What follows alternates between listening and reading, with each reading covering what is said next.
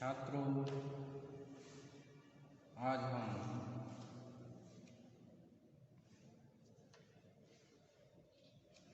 रीतिकाल के श्रेष्ठ मुक्तकार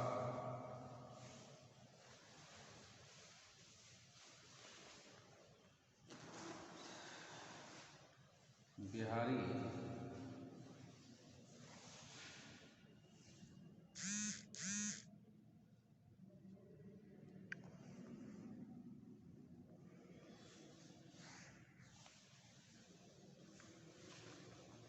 लाल की बिहारी सतसई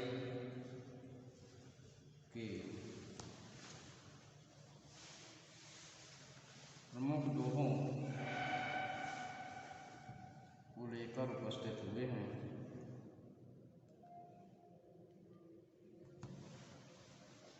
तो आइए जानते हैं इन दोहों के विषय में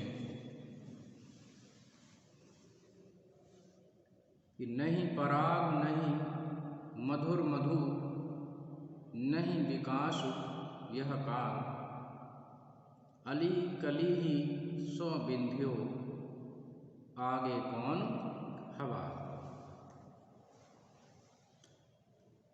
कि नहीं पराग, कि न तो अभी इसमें पराग के कण हैं और ना ही मधुर मधु है। मधु कहते हैं शहद के लिए।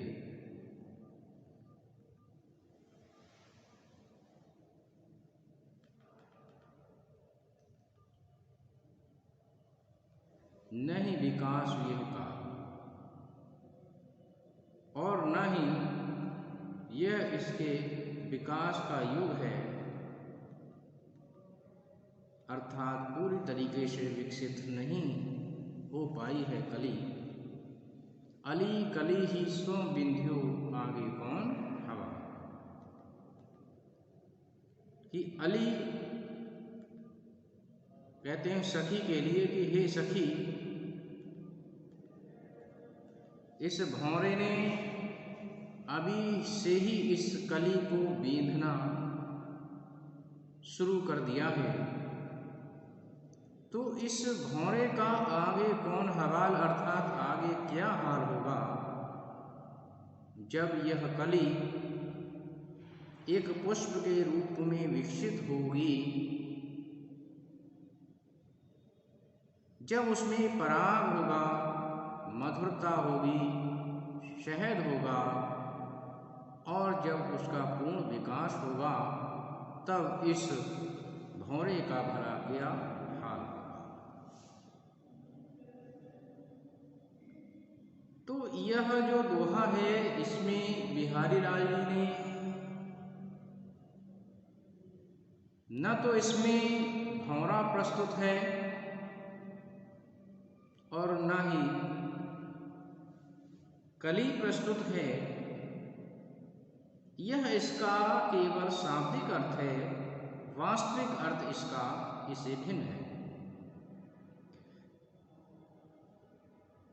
वास्तविक अर्थ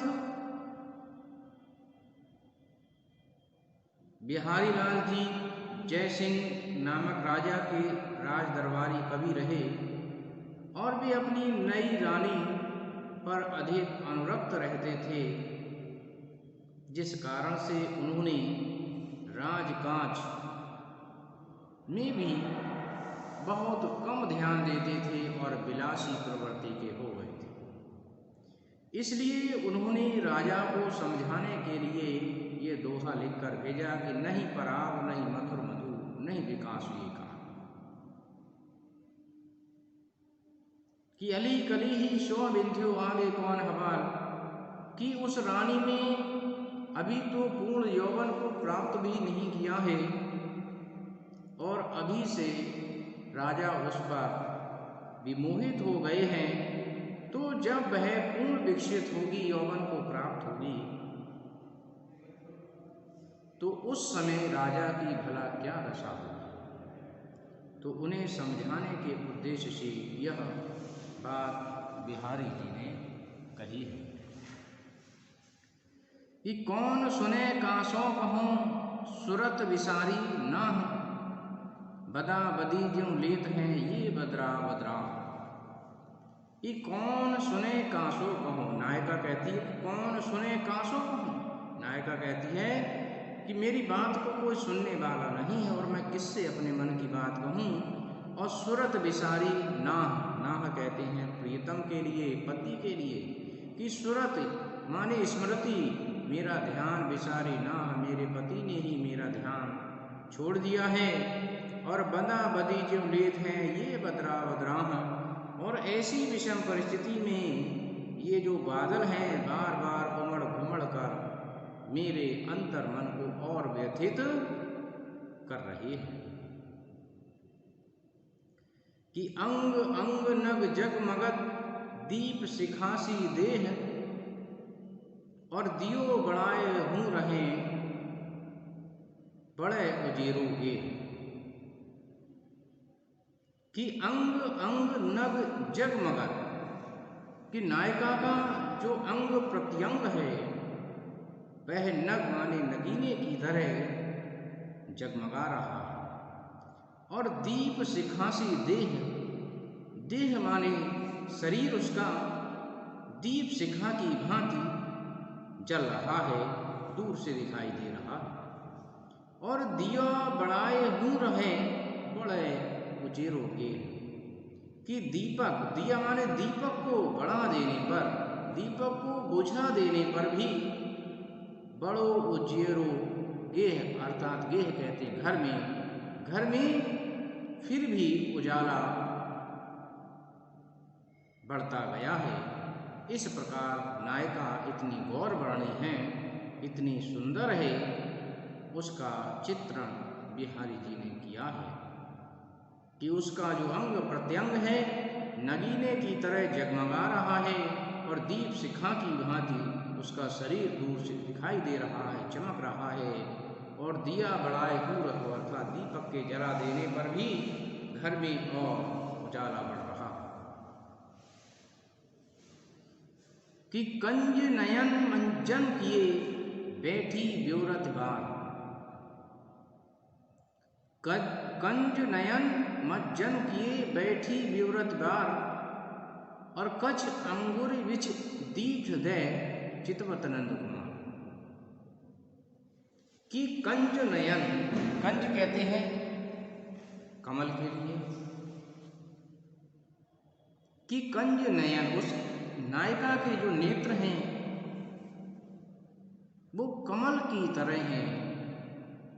और मज्जन किए, मज्जन कहते हैं स्नान करके, स्नान करके नायिका बैठी है, बैठी ब्योरत बार बार, अर्थात प्रतीक्षारत है।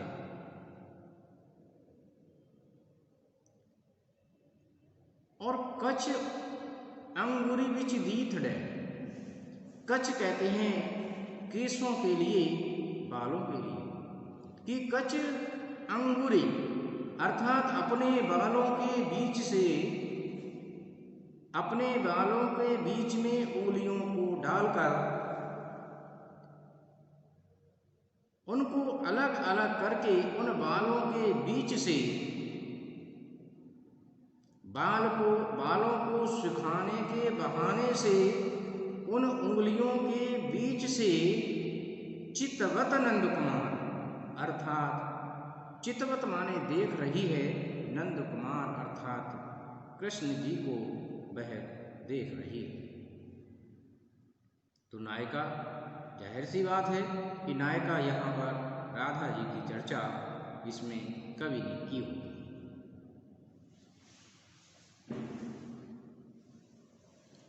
मकराकृति गोपाल के सोहत कुंडल कान, मकराकृति गोपाल के सोहत कुंडल कान, धसो मनो हिये धर समर ड्यूड़ी लसत निशान। गोपाल अर्थात भगवान कृष्ण की बात चल रही है, गौओं का पालन करने वाले कृष्ण भगवान की मकराकृति, सोहत कुंडल कान, मकर आकृति अर्थात मकर के आकृति के कुंडल, शोहत माने सुशोभित हो रहे हैं, कुंडल माने कुंडल और कान माने कान में।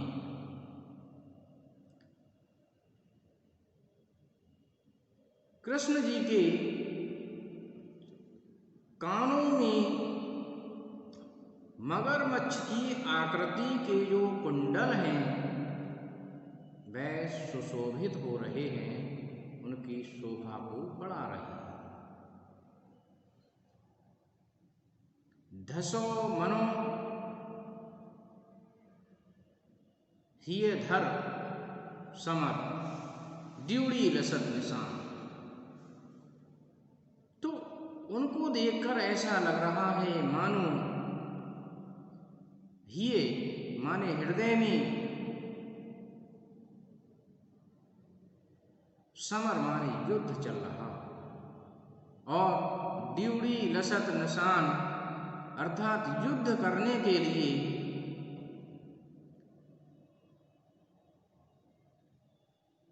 और उसकी सुरक्षा करने के लिए द्युड़ी पर, दरवाजे पर लसत निशान, निशान माने झंडा फहराया जा रहा हो, ऐसा दृश्य प्रतीत हो रहा है। तो इस प्रकार से आज हमने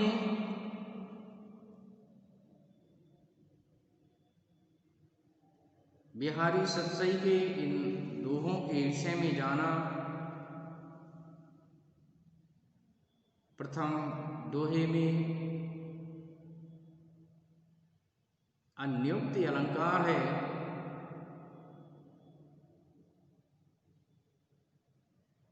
दूसरे में अनुप्रास अलंकार है, तीसरे में अतिशयोक्ति अलंकार है, चौथे में रूपक अलंकार है और पांचवें में उत्प्रेक्षा अलंकार है। इन सभी में बिहारी जी ने अलंकारों का भी प्रयोग समुचित किया है। तो मैं समझता हूँ छात्रों कि आपने यह अवश्य ही समझा होगा। धन्यवाद।